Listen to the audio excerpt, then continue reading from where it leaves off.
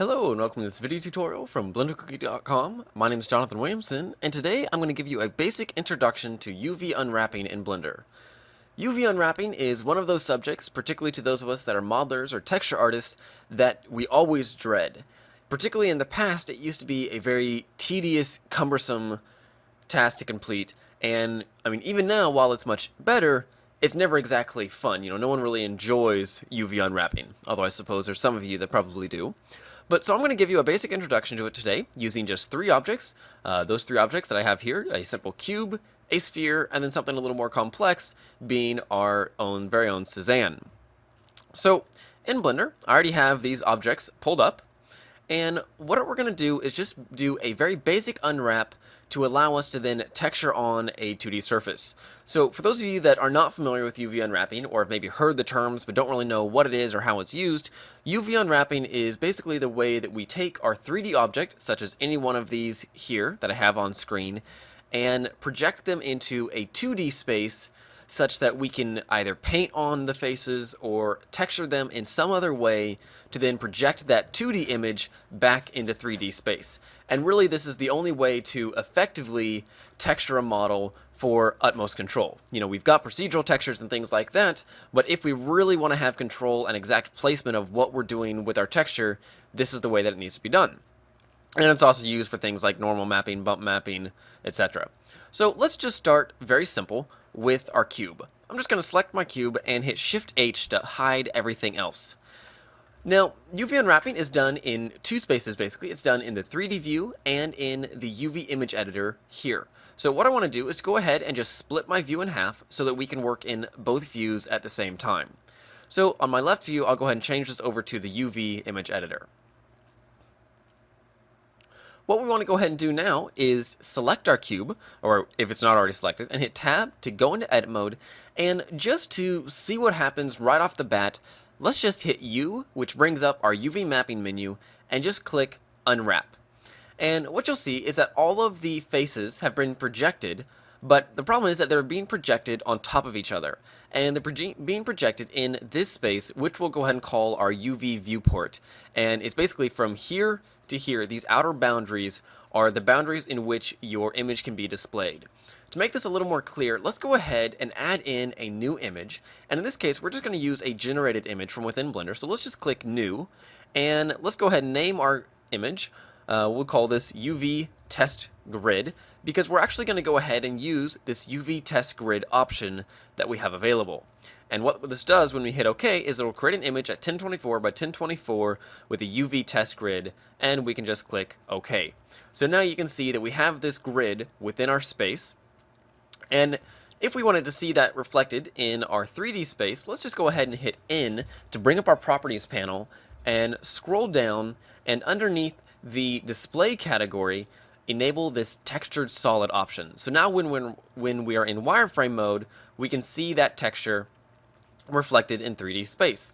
And if we were to go ahead and with these faces selected in the 2D space, the UV image editor, let's just hit G, and you can see those faces, or excuse me, that texture moving around as it's being reflected on here.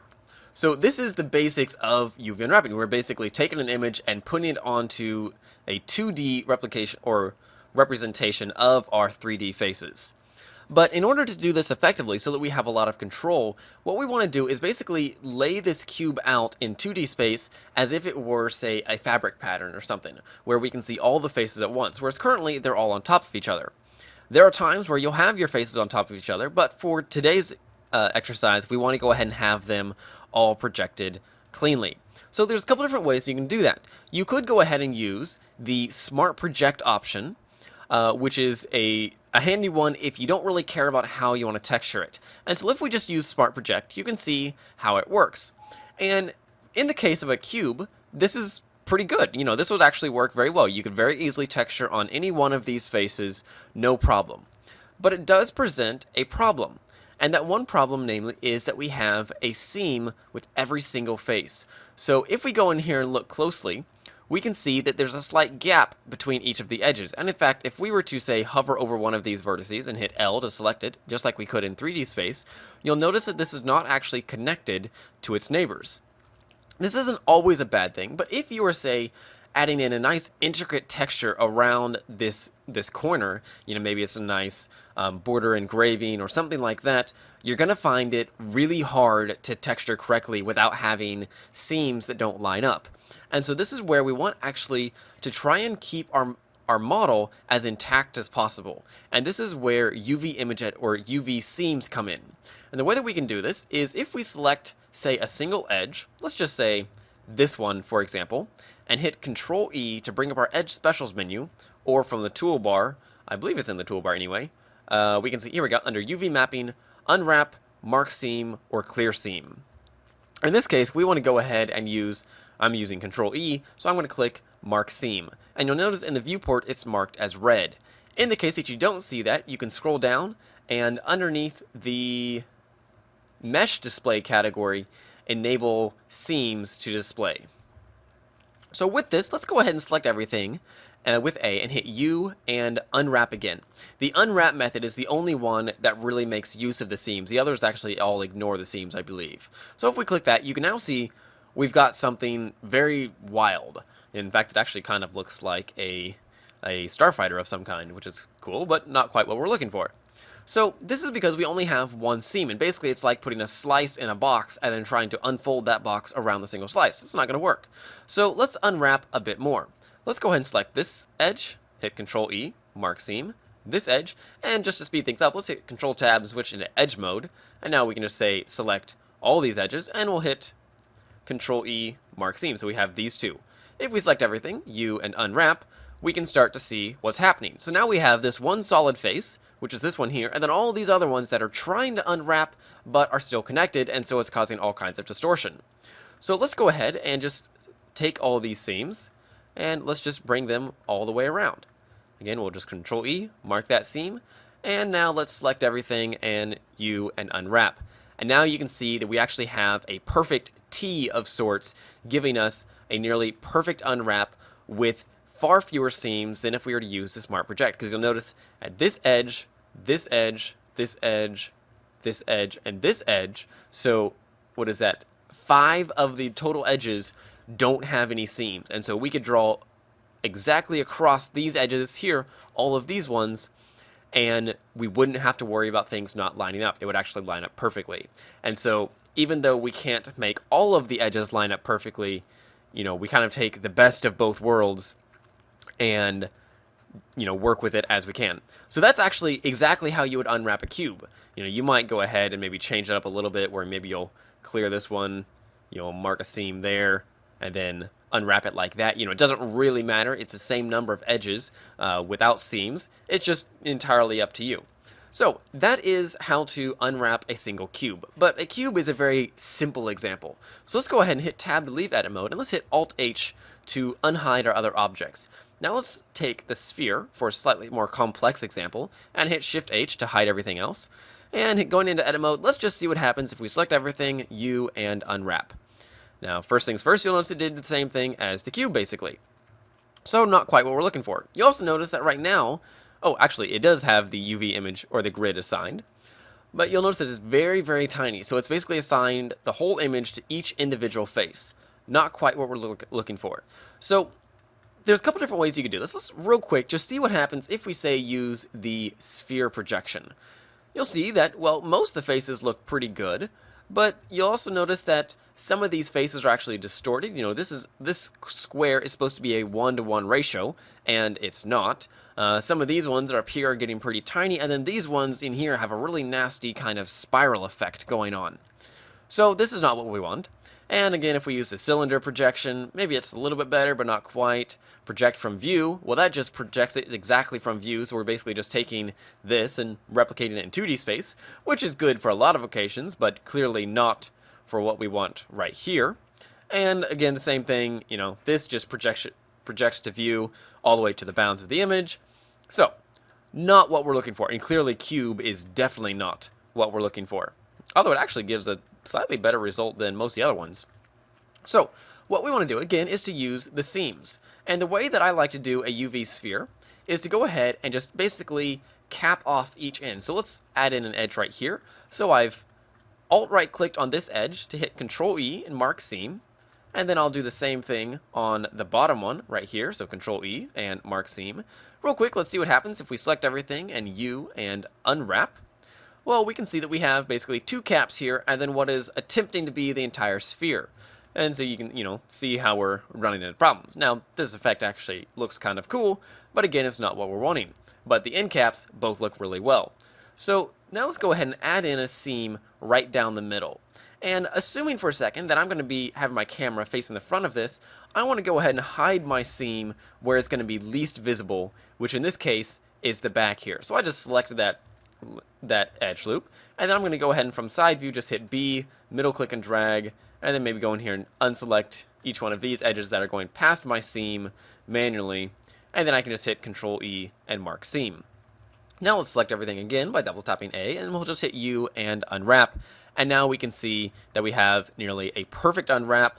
All of these squares are almost exactly square. We might see some subtle distortions here and there, but nothing major. But one thing that we will notice is that the size of the squares is different on the end caps than it is in the main body. So let's go ahead and in the UV image editor, let's select everything, and we're first going to hit Control A, which from the UV's menu you can find is average island scale, and basically that tries to match this relative scale of these to this based on what they should be in the 3D view. So we get much more accurate image size. You'll notice that these are now basically the same size. And then lastly, let's just hit Control P, and that will pack all the islands in together as best as Blender can within this space. So with an image like this, you'll notice that we're losing a lot of space. So this is probably one that you would not want to unwrap with a square image. Maybe you would go ahead and use a 256 by 1024 or something like that, just that you can make much more efficient use of this space. Otherwise, this is all just wasted. So, but that is a UV sphere. So we have our cube and our UV sphere pretty much perfectly unwrapped. But let's look at something a little bit more complex now with our monkey head named Suzanne. This is, of course, Blender's mascot. So let's select it and go into edit mode. And again, if we just hit U and unwrap, you can see that we have an absolute disaster, not what we want.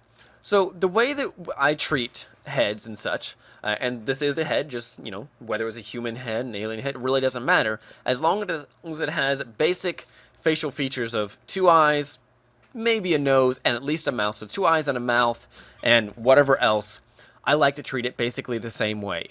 And the way that it is, I like to keep the face area intact, so I won't add any seams through it, and instead I'll send the seams through the back and around the sides. And so what I'm going to do is I'm just going to select these edges, and then all the way around the back, and add in a seam, and of course down the jaw, down to here. And let's just hit Control E, and actually I'm going to deselect these ones first, so just forget that I did that, and then I'll show you what adding those in will do. So if we hit Control E and mark this seam, and then hit U and unwrap, we can now see that it's unwrapping around the face. And the advantage to this is just that on a face model of any kind, you're going to have the most detail in your texture around the face area, because that's where your emphasis normally is. Maybe it's not, but for the most part, that's where it's going to be. And so we want to try and keep that as intact as possible. And you can see, in fact, if we look at this, the face area actually looks pretty good. Now, we've got some areas, the back of the head looks pretty good, but the ears are horrendous. You'll notice that they're much larger, they're stretched, and pretty awkward. So first things first, on the ears, let's just go ahead and separate them. It's pretty common to just separate the ears from the rest of the head because they really don't unwrap very well in comparison to the rest of the head. Sometimes you can, but for the most part, most of us just go ahead and separate these out. So now I'm just selecting all the edges around the ear like that. And in fact, maybe this would be easier to go into vertex mode, and then from side view, I can then just go in and select all the same vertices. And so I'm just using my box select to left click and drag across those, and that leaves me with all of them selected. And so I can just hit Control E, mark seam, and let's select everything, U, and unwrap. So now we can see that the ears are separate, and they look a little better, but you'll notice that some areas of the ear are really small, some of them are really big. And so what we need to do is unwrap the ear, or unfold it basically. Again, think of it as if it were a fabric pattern. You couldn't just cut this ear out of a flat piece of fabric and make it work. No, you would have to go ahead and add in a seam here. You'd have to have a seam around here, and then you could sew those seams together. Now, I realize that, maybe for a lot of us, this is kind of a weird example. Maybe you haven't ever done much sewing or anything, but it's really a perfect indication of how UV unwrapping works, because it's the same basic concept. We're taking a 2D form, a flat piece of fabric, and turning it into a 3D form, whether that's a shirt, a pair of pants, a boot, whatever it may be. Except in this case, in Blender, we're going the other way around. We're taking the 3D form and converting it to a 2D form. If you'd like, you can also use the paper model example. Okay, so I'm going to, in order to keep our seams as few seams as possible, what I always like to do is, when I'm unfolding like this, something like this, rather than just cutting it in half and having two different parts, I like to leave basically a hinge on it. So in this case, I'm going to leave a hinge around this ear. That also helps to keep things organized when working with them. So I'm going to do the same thing over here. Let's select all of this down to there, and then all of it. This is another reason why I'm working in edge mode, is because if I were in vertex mode, this edge would be selected as well. Select everything and unwrap, and now we can see the ears actually look really good. Okay, so the last thing that I want to do is, you'll notice that there's a lot of variation in these areas to these areas, and that's where adding in these pieces comes into play. And this is basically the equivalent of adding in, say, like a dart in fabric. We're basically just adding in a part where it can kind of pull away rather than being pinched. And so if we hit Control E, we'll mark that seam. And then I like to do the same thing on the bottom, in the case of Suzanne, through here. Control E, mark seam. Let's first just select everything and we can look at it. So basically we're going to notice that it's being pinched right here and it's causing all this distortion. So we're just going to separate it there, and then the same thing in here. So if we hit U and unwrap, you can see how all of a sudden it's much more relaxed and we get far less distortion in here.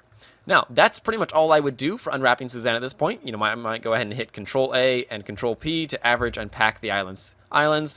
I could go in and maybe select these manually. Maybe I know if I'm going to be painting this, depending on how I like to paint, I might say, okay, I want these to be rotated a little nicer just so I can very clearly see what it is, and so that they're the same basic rotation. I could select the eyes, maybe I'll move them over any way that I want. You can just kind of go in and customize it to better fit your needs, but the main thing you want to do is, unless you have a good reason, don't adjust the scale or anything like that once you've already hit Control A. So the one last thing that I want to point out is just that you can manipulate any one of these vertices, faces, or edges, even by hitting Control Tab, going to Vertex, Edge, Face, or even Island mode, and manipulate them just like you can 3D vertices. You notice I can grab this, I can move this around, I can grab these. Very, very cool. But for the most part, you won't be doing any of this in the 2D view unless you need to. Most of the stuff, as long as you've set up your seams correctly, you generally won't need to touch the 2D view too often.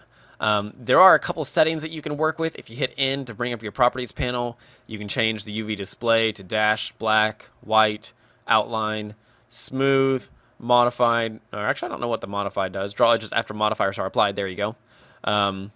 You can also enable a stretch, so you can visualize the stretching. And so anywhere that's blue, there's basically no stretching. And then as the stretching gets more and more severe, say if I grab this, you'll notice it goes green, and then will eventually, well, actually I can't get that to turn red.